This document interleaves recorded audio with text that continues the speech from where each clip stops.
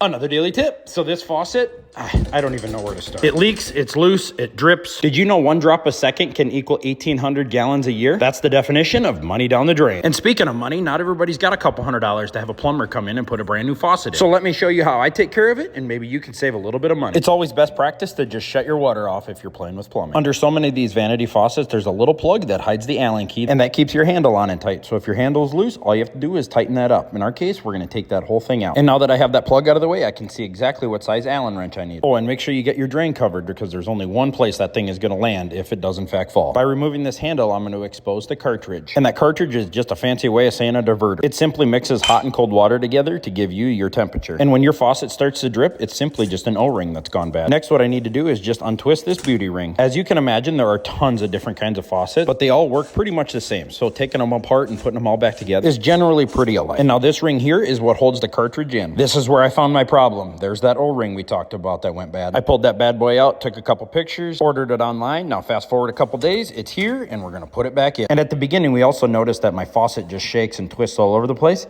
It's because I'm missing a 1/2-inch nut. I grabbed one of those at Ace Hardware for like 7 cents, and we're good. This is a brand new faucet now. Please like and follow, because I'm trying to make your life easier.